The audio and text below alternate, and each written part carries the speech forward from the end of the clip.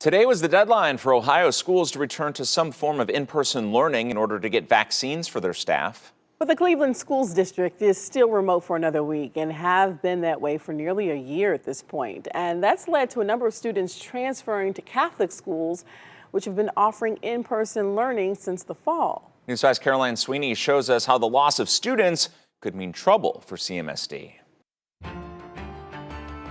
Good morning, good morning.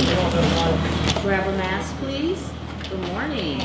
Grab a mask. The way school starts for students at St. Francis means masks and temperature checks. Students have been going to classes in person since October, so these stops before the bell are nothing new.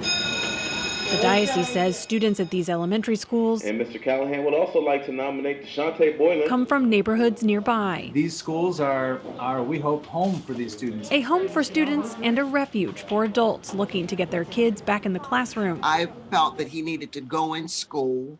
We leaped out on faith, and it worked out. Danita Battle made the decision to move her nephew from a computer screen in CMSD to a desk at this Catholic school almost a year ago. The word that comes to my mind, it was exhausting for me and for him. I'm working at my desk in my dining room. He's working at the dining room table on his laptop. So it was difficult to monitor, and we're here together. I'm here to learn all I can. This is Dwayne's first year at St. Francis. So sure, I was fearful of the pandemic. But her fears waned when she saw these protective barriers and these sanitizing procedures. Dwayne has been learning in person since the fall. And so I just felt that it was a good environment and that he would be okay, and he has been okay. And Battle isn't the only one moving away from urban public schools that didn't offer an in-person option. Jada's not with us yet. Good morning, Savannah. State numbers show students leaving their schools in record numbers during the pandemic. My word is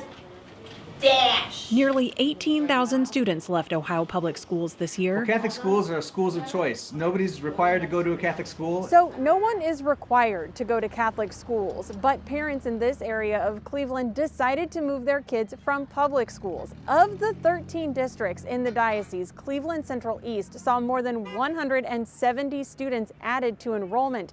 That's bucking a trend of decreased enrollment across the diocese. Over the last 20 years, we've seen a 50% decline in the number of students enrolled in Catholic elementary schools. But every Catholic school is a ministry of the church.